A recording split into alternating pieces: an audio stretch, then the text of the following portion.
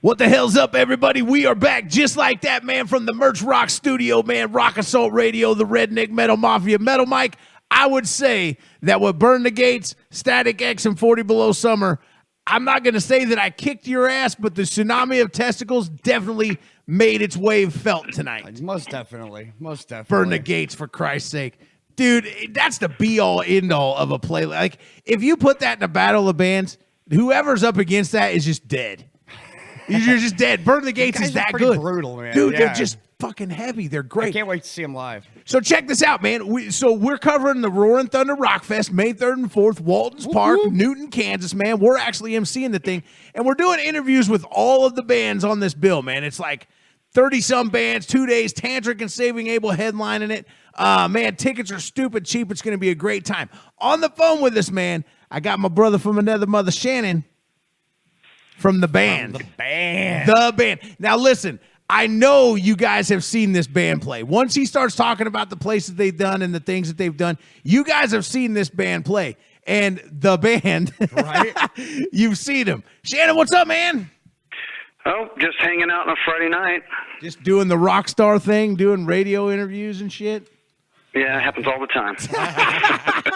So, man, dude, the band, tell me about, man, tell the listeners about you guys, man, because I got a couple questions that I'm going to ask you, and I'm going to let you just run with them. The first one is, okay. Tell me about how the band came together. How did you guys come up with the concept and really get to where you're at now? All right, so about 13 years ago, I'm in Wichita, Kansas, and I'm going out and seeing rock bands, and I'm like, they're not doing, I'm kind of conceited, but so I'm like, you're not doing the right music. You're not playing the right songs that I want to hear. You're playing the same thing that everyone's playing. So I already had long hair, and I thought, I can do what these guys are doing. So I put an ad in, and somebody picked me up, and I started a band. I got in their band, and I just started firing and hiring people. And then 13 years later, here we are, playing the music I want to play. Everyone can play, let me think, like a popular song from Van Halen. But, who's going to sit out there and do Unchained? Or who's going to, do White Lion? No one does this stuff because they either don't want to do it or they can't do it. Right. And there's certain songs I wanted to do that the real rock and rollers appreciate. Round and Round by Rat. That's a great song. Everyone does it. But who does Scene of the Crime? Well, we do it. Nice. Right. See, that's why I love you guys, because you're different. Nice. I've always felt that way when I saw cover bands. It's like, man, I heard that song on the radio on the way to the club. Listen, I got to tell you, and I hate to even classify the band as a cover band, because when you mention the word cover band, it comes with this stigma. It just comes with this stigma of a bunch of fat old guys trying to refine their youth with their Stevie Ray Vaughan hats and leather pants that don't fit. Guys, they're not doing that. The band is. I'm going to tell you something. Outside of a major production like Hairball, you're not going to find a better experience. I'm going to call it a musical experience, not a cover band, as what you'll find in going to see the band play. Right on. Dude, and that's my review of you guys, for real. That's my official review of you guys. Yeah, I appreciate that, because there's also those tribute bands. Like, you've got your Poison tribute band, your Motley Crue's, your Kiss tribute bands, and that's all fine. But what we want to do is we want to play all of those bands, so we're a tribute to the 80s, and then we want to do it better. When it's a tribute band should be doing Poison better than us, but as far as I'm concerned, we want to be better than them. That's what keeps us, on our toes. Right, but at the same token, in your sector, that's what keeps you guys' schedule full with gigs too. You know what I'm saying? Well, definitely. I mean, we don't. I mean, I know a lot of people. Some cover bands are just happy to do it, get their $400 at the bar, and be happy and have a few fans and a few suds, and that's cool. And that's how I was 13 years ago. But then I realized we could do so much more. We could open up for major acts. By the way, we got a good enough lineup now. We can write our own music, and that's kind of what we've done. But it's still a hobby. It's still fun. But if you're going to do something, why not do it as big and the best you can? Correct, Mindo. I always liked. I mean, when it comes to playing other people's music, I always liked a little bit of rotation in bands that do that. I mean, like You know, well, like I said, most of the time they're playing the same. And you said that most of the time they're playing the same song you heard on the way into the club. Right, and it gets watered down. I like somebody that reaches a little further than everybody else. That goes to the B-sides, man, and really has the balls to do that. That's my shit right there. Like, I let me just tell you this, Shannon. I went into this dive bar, and there was this cover band playing. And they were of that sector of just there for free beer and you know, maybe get laid after the show or whatever. Gotta admit, those are good reasons. But they they really, really impressed me, and it takes a lot to pick my interest, especially at that time when I was in a bar drinking and wanted to be by myself. But they had the balls to do one of the most amazing covers of Crazy Diamond by Pink Floyd I've ever heard in my life. And that song takes balls to cover, dude. It really does. Well, I feel the same way when we do stuff. I like it when people come up and tell me that sounded better than the Colt. That sounded better than Van Halen, which right now it's easy to sound better than Van Halen. Right. But I appreciate things like that because they can see that we actually put the work in, and I surround myself with some of the best musicians I can find. That's awesome, dude. Yeah. So tell me about some of the things that you guys have done, man. You know, we were talking a little bit off air, and you guys have played some really big arenas, man, and you guys have opened up some really big major acts, man. Tell us about that a little bit. Well, you know, like I said, 13 years ago, I just wanted to play one gig, and after that, it was all gravy, and then. So I just figured out, you know, I'm kind of tired of all the bars all the time, so let's play some casinos. So we play the casinos, and that's a lot what the real 80s bands, they're out doing that. They're playing the casinos. That's where the money is.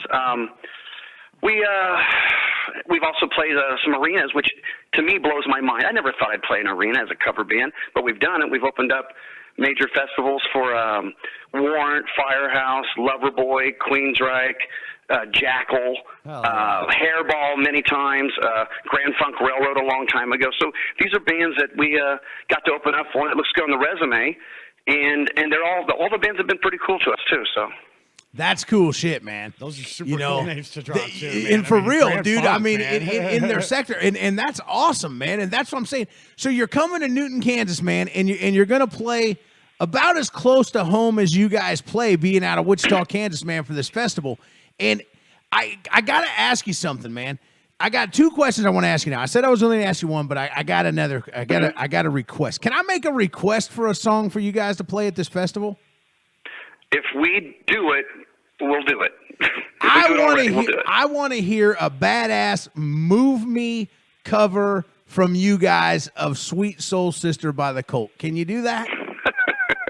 Not even a problem. I mean, that's one of the 7 or 8 songs we do from the Colt. We love that song. Oh, dude, that's a great song. Just send that one out to Big Will and 106.6 to blast, and I will tear the shit out of the grounds. That is done. That is a great live song. The great thing about the Colt, they got great music in studio, but when you go see them live, it's better. It sounds better. It's harder. It's just cooler, and that's the kind of Colt we do is their live versions. Dude, I love it, dude. I'm stoked. Thank you for that. No one's got brother. a better guitar sound than Billy Duffy. No shit, right? But dude, thank you if you guys can pull that off and work that into your set, man. I appreciate it. Oh, it's already there, ready to go for you. So yeah, I love it, brother. So my next question for you is this, and I just have to know this because it's something that I ask everybody that I know. Musically that plays in cover bands or cover bands really, because tribute bands kind of speak for themselves. What is your favorite song to cover? What's that one song that when you see that coming up in your set list, you're like, fucking A right, man, I'm feeling this shit. Feel the hair on the back of your neck stand up. Well, I'll tell you, there's different.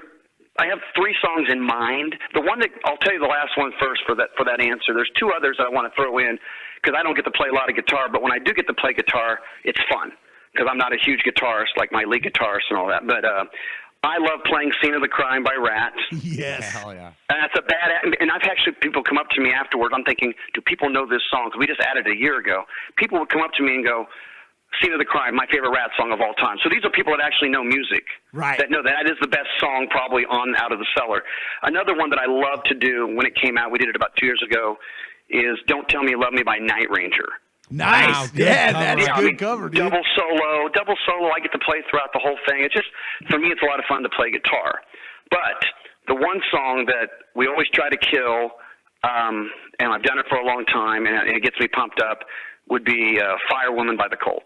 Yes. Hell yeah. That's actually my alarm clock, dude. That's what wakes me up in the morning. If you don't know the Cult, you just don't know rock and roll. One of the greatest bands. And I don't know why hands down they're not in the Rock and Roll Hall of Fame. Man. He's badass singer, Dude, man. I just love the Cult in general. Well, we need to get something going and getting them in the Rock and Roll Hall of Fame. I mean, these other bands that are getting is ridiculous, some of them, but the Cult should be there. Most definitely. They really don't have a choice but to be there. They'll get there eventually, but when is the key, you know? Well, how long did it take Kiss to get there? That's ridiculous, too. You don't have to Black like Kiss, but Sabbath. you have to understand what Kiss was and why they should have been there a long time ago. Right. Black Sabbath has just recently been inducted into the Hall of Fame. I know, it's ridiculous. I mean, but, but Tupac's there, and Jackson Brown, and whatever. You know, It's because people go to college for a long time to learn how to screw shit up, Shannon, and they're doing it with the Rock and Roll Hall of Fame. These guys that get out of college that think they know analytics. Make it the Music Hall of Fame, or just make one that's specifically just rock and roll. I think we should just, as rock and roll, we should just abolish the Hall of Fame and say, you know what, we're rock and roll. We sell T-shirts. Our name lives forever. We don't need a damn Hall of Fame. Exactly. I don't think the Cult even cares if they're in the Rock and Roll Hall of Fame. I think they're the kind of band, they don't care. They don't, because every venue they play, they sell it out. So it doesn't matter. right? Yeah. Awesome shit, man. So tell me about this festival, man. You guys, you definitely, I know you're excited to come play, man. There's a long list of bands on that deal, and the band is going to be there. And dude, I can't wait to get a CD from you, man, and get your music out and make it happen, brother. Well, I saw there was this thing going on, and I was like, I want to be a part of that next year. And so I sent them our promo pack, and they wrote me, I don't know, a couple hours later and said, hey, what if we could get you in this year? I'm like, that'd be awesome. Yeah. So they obviously like what they saw, and we appreciate it. It looks like as of now, I mean, we're the very first band that, I don't know when they start, like maybe 11. So we're going to be the first band that day on Friday. So that's kind of weird. I don't know how many people will be there when it starts. I hope a whole bunch, but sure they'll be there more at night. But I don't have a problem opening up the festival. Everyone else can follow us and see what happens. I tell you this, and this is what because I used to manage bands too, and a couple artists that I actually used to manage are listening to the show tonight, and so they can vouch for this. I used to tell the artists that I would manage when we go to festivals, and they'd be like, man, why do we got to open? Why do we got to open this thing? And I'm like, listen, and I'm not going to mention band names on the air, but it was Ozfest. And a band that we had negotiated to get on Ozfest was throwing a fit because they were the very first band to play. They were opening up the second stage. And I said, pardon me if I may interject for a minute. I said, you're throwing a fit, but what you're telling me is this. When the doors to this festival open, there's 20,000 people in the parking lot ready to hear live music. You are the first band playing that they hear. Where is everybody going to go? They're going to go from the gate to the stage. How is it not a great marketing scheme? And it ended up working out for this band. This band is actually really, really, really huge throughout the world.